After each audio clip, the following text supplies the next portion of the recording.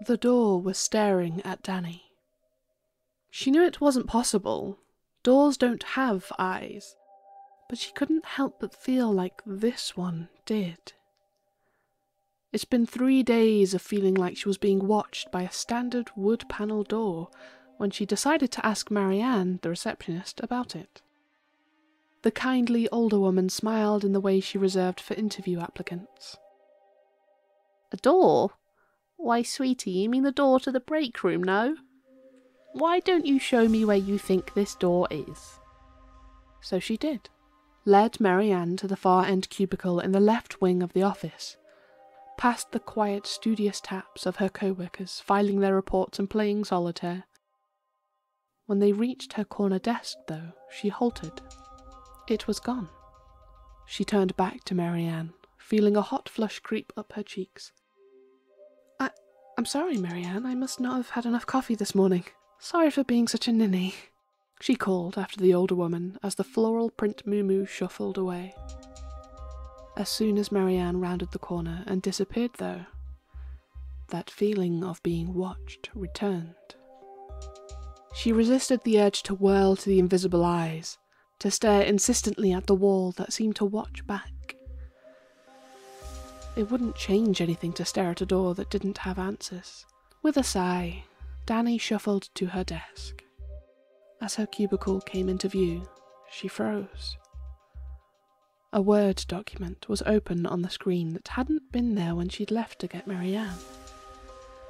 Gooseflesh raced down her arms, but she forced herself to read the single-line message on the otherwise blank page.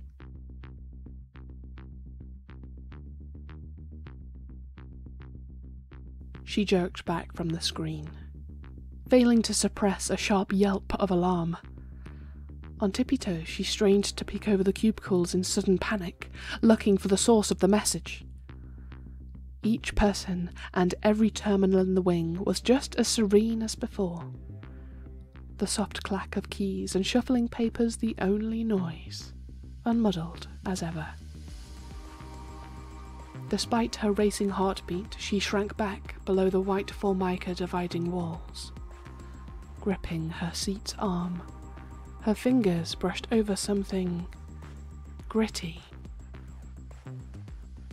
A faint trail of ash-grey dust peppered her keyboard and desk, dropping off to flake over the linoleum floor. Danny didn't want to look. She didn't want to turn to see the array of filth that clustered in a grey speckled track back to the door that shouldn't exist. "Okay, Danny, you're a big girl. Big girls don't get spooked at their own shadows," she whispered aloud as she sank back into her chair. It did nothing to ease her nerves, but she continued, taking a deep breath and repeating reassurances. With methodical discipline, she took the canned air from her desk and sprayed across her keyboard. Grey particles rose up in a plume from the disruption. She waved away the dust with a hand, coughing in the spores with gasps. Despite her efforts, the taste of somehow brittle rot landed on her tongue. She shuddered, making a frown in distaste, and spat into her wastebasket. "Disgusting how filthy this place is," she muttered, still attempting to comfort herself with improbable explanations.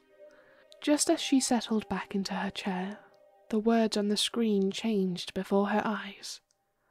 The letters rearranging themselves of their own accord like a swirling, infuriating autocorrect that would not settle into a coherent thought. Grey speckles flaked down over the keyboard. She forced her eyes to follow the path of the flakes upward, where a cold chill shot up her spine.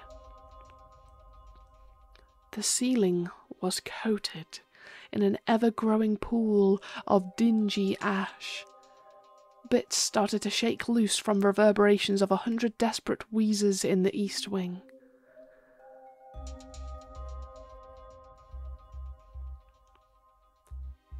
Even voiceless, the words seemed to whisper a tepid breath across her shoulders, raising the hair on the back of her neck. She didn't look back. She couldn't. The dusting of decay was filling her lungs with every breath. It was then that the fear truly set in, as she convulsed, sputtering crimson. As much in alarm as sudden gasps for air, Danny choked on those airborne particles, multiplying with every violent exhale. A grey tinge raced down her fingertips, flooding through her palms as she thumped at her own chest as if trying to clear her airway. Between her own hacking pants, she realised the previously quiet office was now filled with a multitude of convulsing gags. Punctuated with agonal wails, the distinct husky cries from Ariane's corner desk rang out in misery. But Danny could not help. Paralysis gripped her limbs like a creeping vice, taking hold like concrete with a thickening drip of spittle from her lips. The same desperate attempts to breathe seemed to thunder from all around her. A ping from her screen was an interruption of office normalcy that made her eyes look to obey by rote. The letters had settled into a new message.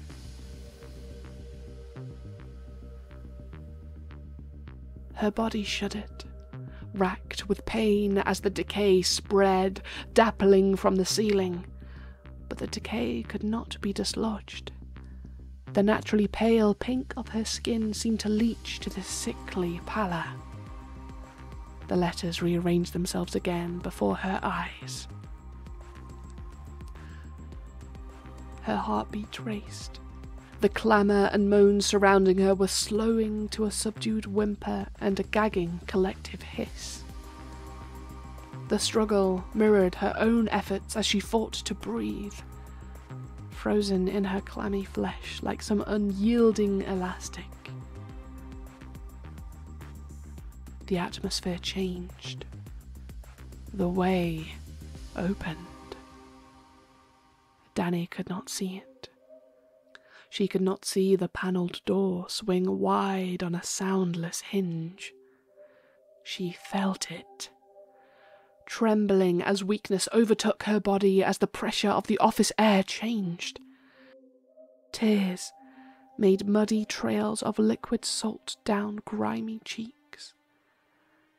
The ash-like decay from above coated in piles on her face and body, immovable as she was.